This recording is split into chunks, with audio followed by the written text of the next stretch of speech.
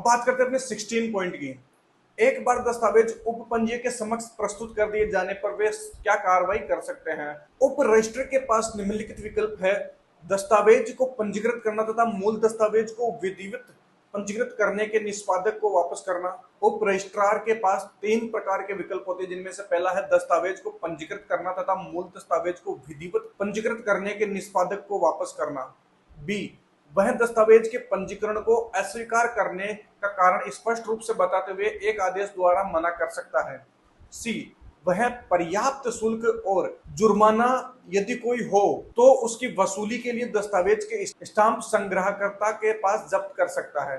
अब बात करते हैं जी अपने 17वें पॉइंट की। संपत्ति पंजीकरण के लिए क्या क्या दस्तावेज होना बहुत ही ज्यादा आवश्यक है।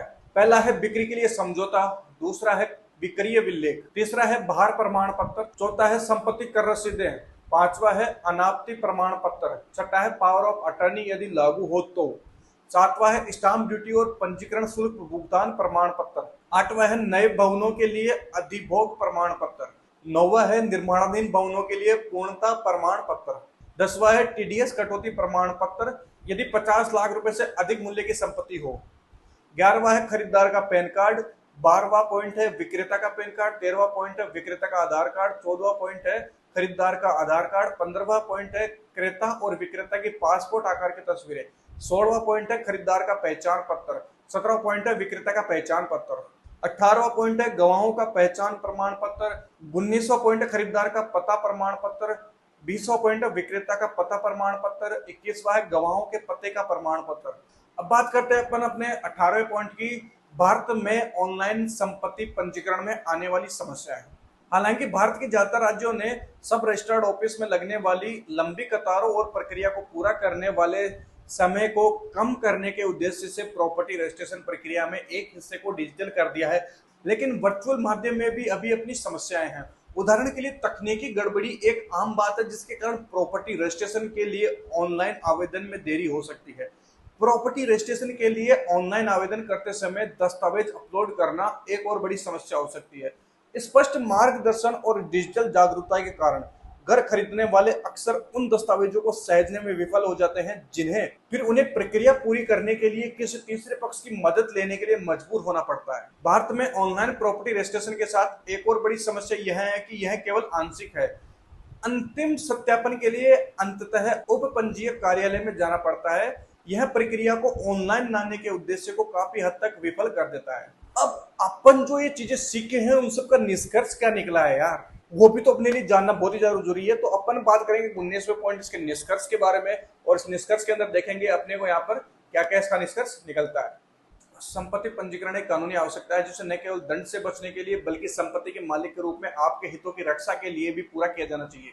यही कारण है कि भविष्य में किसी भी कानूनी वित्तीय परेशानी से बचने के लिए लागू नियमों और विनियमों के बारे में अपना शोध करना बहुत महत्वपूर्ण हो जाता है। जैसे जैसे आप प्रक्रिया के बारे में जानकारी प्राप्त करते रहेंगे, राजस्व विभाग की आधिकारिक वेबसाइट भी आपकी मदद कर सकती है।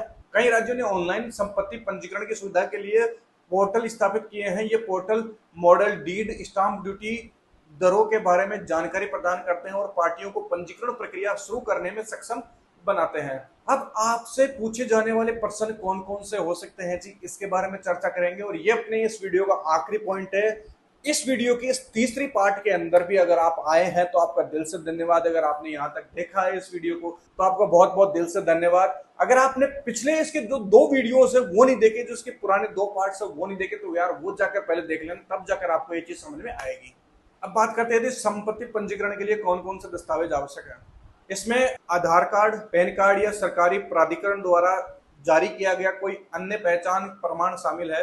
हस्ताक्षरकर्ताओं को अधिकार की शक्ति भी प्रस्तुत करनी होगी यदि वे किसी और का प्रतिनिधित्व कर रहे हैं। दूसरा क्वेश्चन है, भारत में संपत्ति पंजीकरण शुल्क क्या है। संपत्ति के दस्तावेजों के लिए पंजीकरण शुल्क संपत्ति के मूल्य का 1% जो कि अधिकतम 30,000 रुपए तक हो सकता है। तीसरा क्वेश्चन है, जब आप संपत्ति पंजीकृत कराने में विफल हो जाते हैं तब क्या होता है। किसी संपत्ति के खरीद समझौते को पंजीकृत न कराना आपको भारी जोखिम में डाल सकता है।